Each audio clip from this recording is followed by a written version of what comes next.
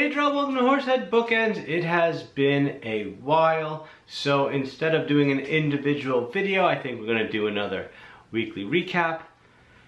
Everything's been crazy, been busy at work, decided to finish my master's, so that's eating up a lot of time. And we have a lot to go over today. And of course, I will post links below with timestamps so you can jump around and watch whatever part of the video you want to see.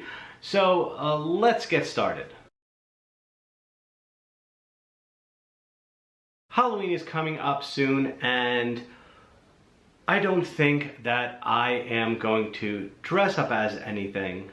So I bought one of these things off of Amazon. They range anywhere between $50 to $100, and I just decided to give it a chance. I made sure that I could return it if it didn't work, but I thought it was pretty neat. And it says Shining Mask app.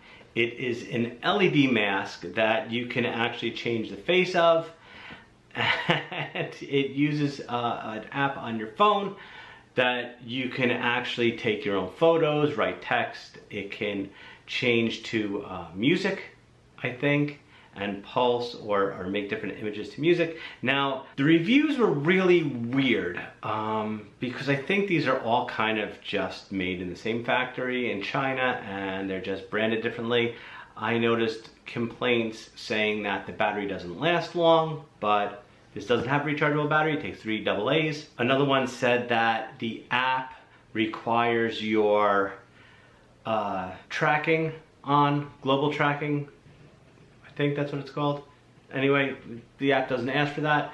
So I did get to check it out once, really briefly when it came, but let me get some batteries in here and I'll show you exactly what it looks like. So there is the mask. As you can tell, it has the cellophane on.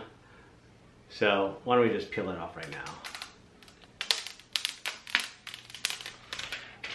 I don't know why, but that's just so enjoyable, peeling off these cellophane things from items. Let's get some batteries in this. All right, batteries in there. You can see what it is right now. It looks like it has some flames going through. I think there's some, I don't know if there's dead LEDs in the center, but let's check out some other things. Let me open up the app. So I got the Shining Mask app on my phone. I have this here. So let's check out some of the movement items. All right, we got, oh, there is no dead LEDs. As you can see, goes straight through. There's some fire. I don't know if you can really see that. It's kind of like a butterfly, like that one. That's very cool. Love the eyes. This is probably what I will put on when I take Johnny out trick-or-treating, but I think it's pretty neat. So far everything works. I haven't had any issues with it. I'm gonna try. They actually give you there's a DIY function. You have little music notes, which I think are it will act to music, and then you have this little pencil right here, if you can see that on the screen, where you can actually type in different messages. So I just sent it over, and you can actually adjust the speed. I think you could adjust the colors. Let's change it to that. And it's actually pretty neat. I don't know how long the batteries are gonna last, but I think this was maybe 50 bucks. I got an actual cheap one because I did see them for a lot more money, but if you look around, you might be able to get one for pretty cheap. Just don't know how long it's gonna last for. So I will definitely keep an eye on this and let you know if anything happens to it. And there's also a little button. There's a button up top as well. And I think there's a sensor in the front that if you set it up, you could wave your hand in front of the sensor and it will actually change through a certain number of presets. I think if you press, yeah, it will go through some of them, and I just hold it down and it turns it off. So it's pretty neat. We'll have some fun with this. The only reason I bring up Halloween is we spent some time working on Johnny's costume because he is going as DJ Marshmello. Now usually we will construct the outfit for him, but we didn't have time to do it this year. Last year he was a Enderman from Minecraft, and I'm not sure if I showed this in a previous video, but we built his mask just like this. It's made out of foam that we painted, and the eyes are plexiglass, and we actually had 2 lights installed behind the eyes, which I believe I had to rip out because I had to glue them in there with the batteries in place, and I didn't want the batteries to leak all over the place. So this was last year. Unfortunately this year I did not have time to construct something, so we did buy a mask like this, which was actually pretty difficult to put together. They just give you some double stick tape, and the foam is actually folded, so just to bend it into a round shape took a while. What we did was, once we used the double stick tape on the top, we put a rubber band around it to make sure it held. Then we actually put a soccer ball underneath and rubber banded that around to actually bend it into shape. And then we just reinforced it with some hot glue on the back, and I think they give us a real thin piece of foam to put on that as well. This lights up as well. Let's get some batteries in here and check this one out. All right, so we have the batteries in there. And there we go, that lights up. I don't know what that, oh, it flashes too. Okay then. So there you have that. I mean, it's okay, they're just some little LEDs. I would have probably used some EL wire around if we were making it to make it look just a little better, but it's not bad. It'll be fun. So along with the mask, Johnny wanted to have turntables set up. So I was scouring the internet for maybe a cheap DJ controller. And one thing I was able to pick up for really cheap, this Numark Party Mix DJ controller. Now I have a Numark DJ controller. I have the Platinum, which I really like. It's very easy to use. It has some onboard effects. You can have 4 decks running at the same time, which is really convenient. But he wanted something, we wanted to add some lights to his costume. So this one actually comes with lights. Now I think these are about 70 bucks, 80 bucks, but I had a bunch of credit at Musician's Friend, so I think I wound up paying $20 for it, and for $20 you really can't beat it. Now the one issue with this, what I was hoping for, was that the cord wasn't hardwired to the controller, but it is, because we want the lights to light up, and that was the primary aspect. Now it does come with a USB at the other end of it, so we thought, what if we got a power brick, plug this into the power brick to see if it would light up. So I have one of these Goal Zero power bricks that are really convenient. We use them a lot when camping. So what we did was, we tried it in, we plugged it in, and sure enough, we got lights. And there's a little button up top right here that you can change the lighting design around.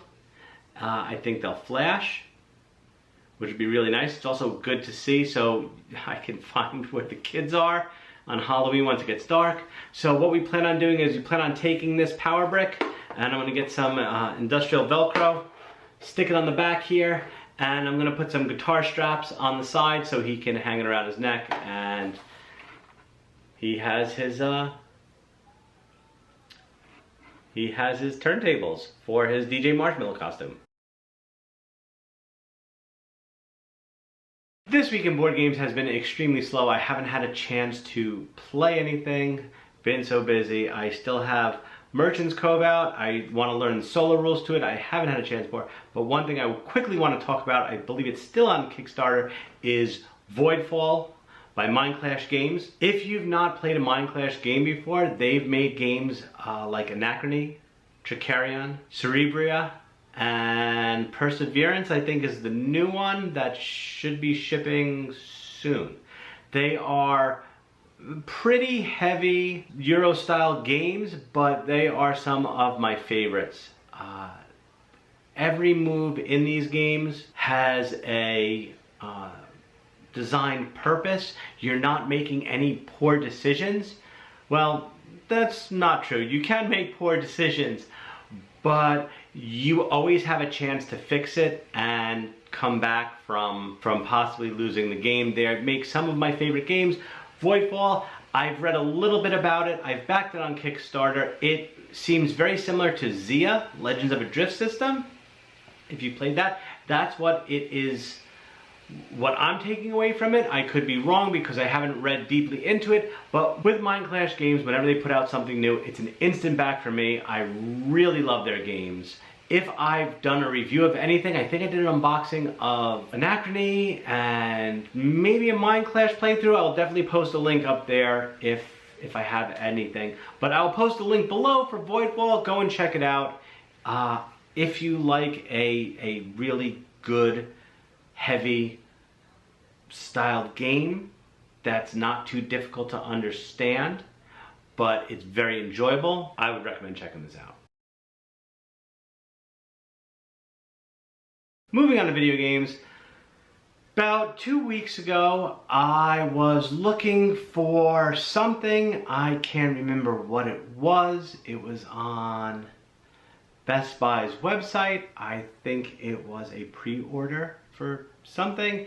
And I just so happened to see if they had any Xbox Series X in stock. And when I went to the page, I was shocked that it said add to cart.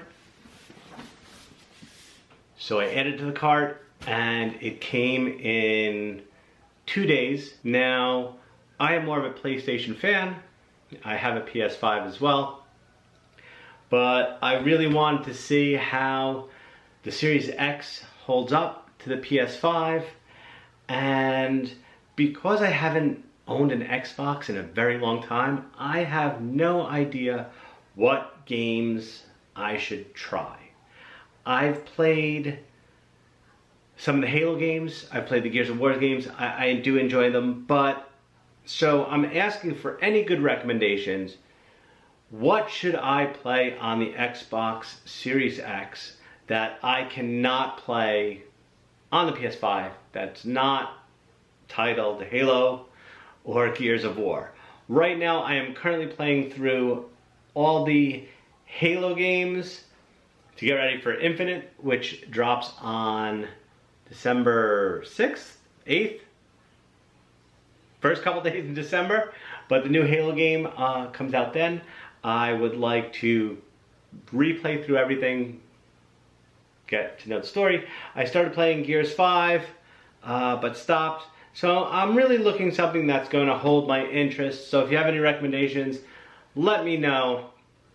I'll definitely check it out. One thing I love about the Xbox Series X is that it is backwards compatible from the first Xbox, but some of the games they haven't added backwards compatibility to, like Jet Set Radio Future. And I know they have to get a lot of licensing for the music, but it's a terrific game, and I wish Sega would get off their ass and license this because it's so much fun.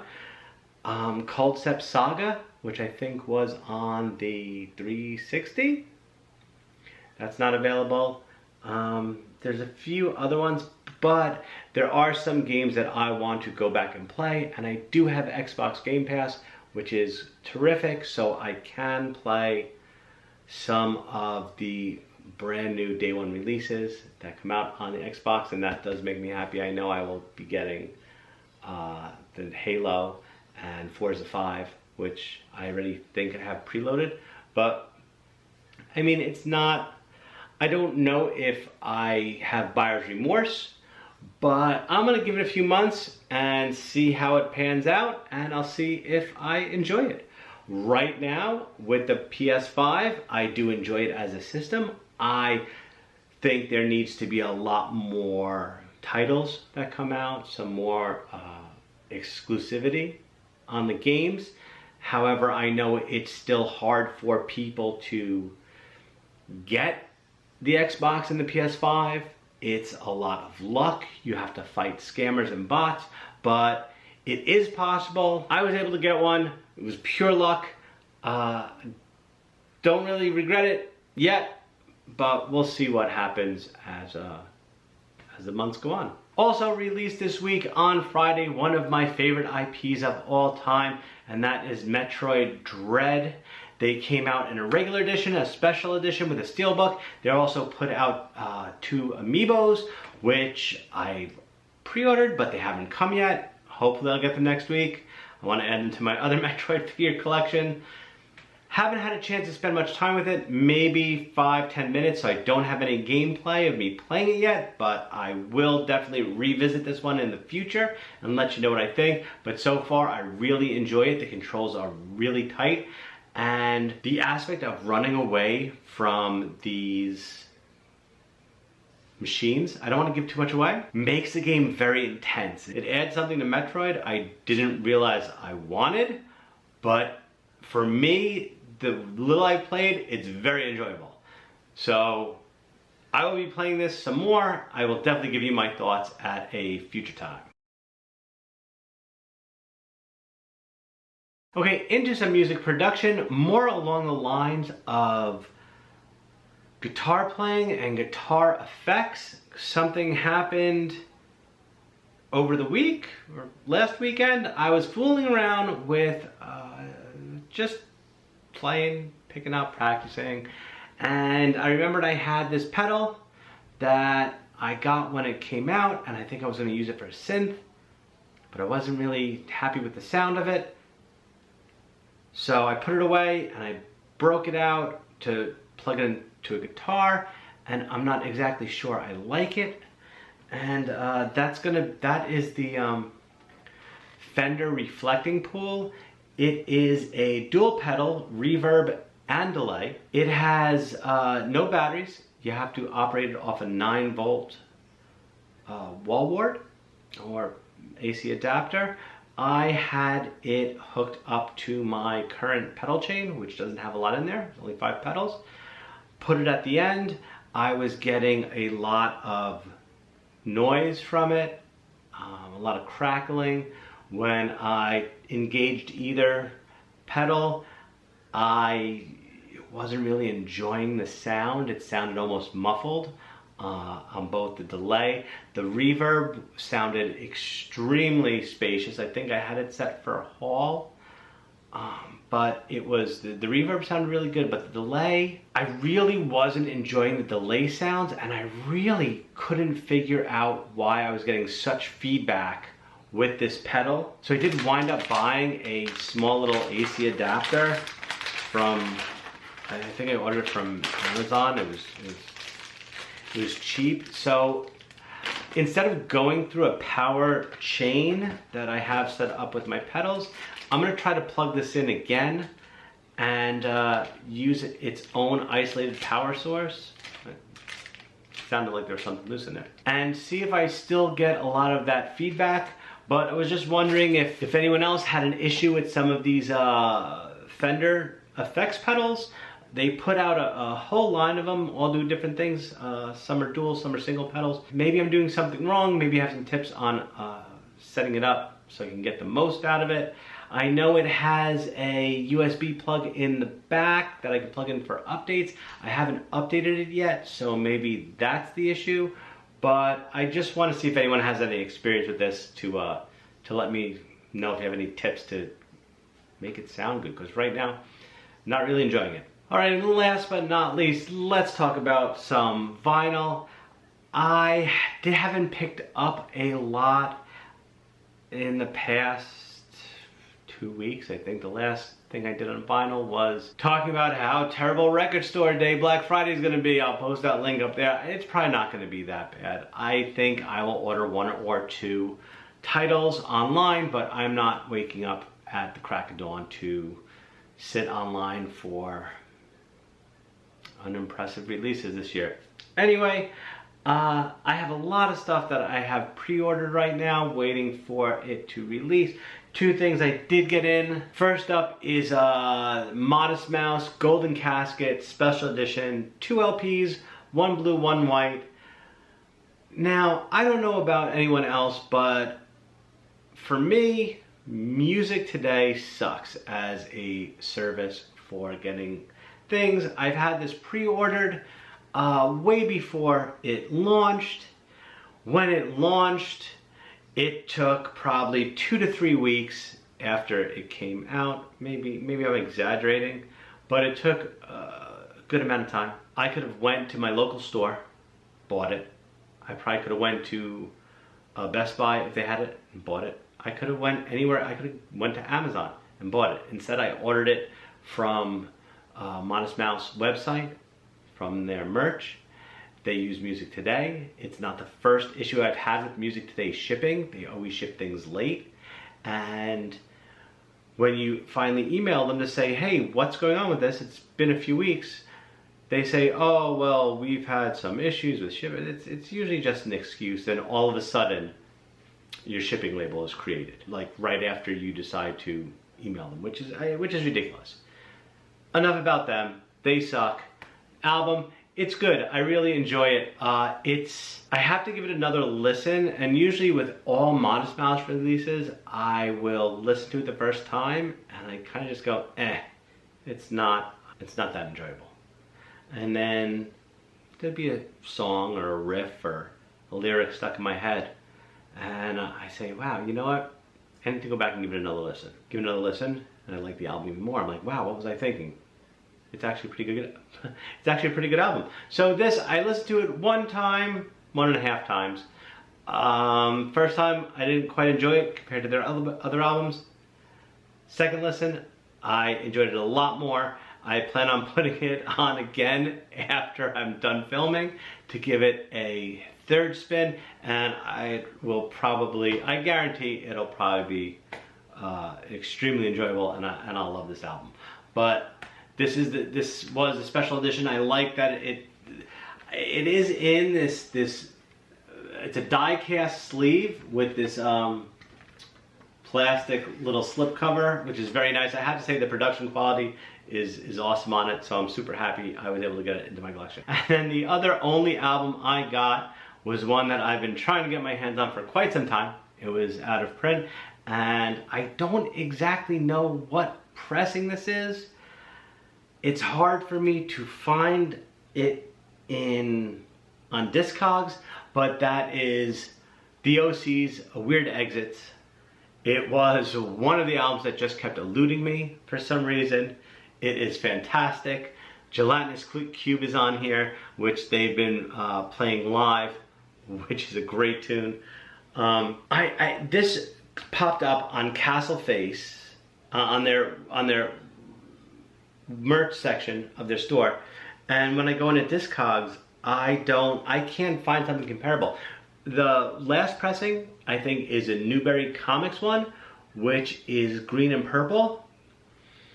There is an emerald green pressing of this, which was UK, and I think a green and black splatter, which is Australia, but I don't think a green pressing came out in the US. It is a gatefold copy.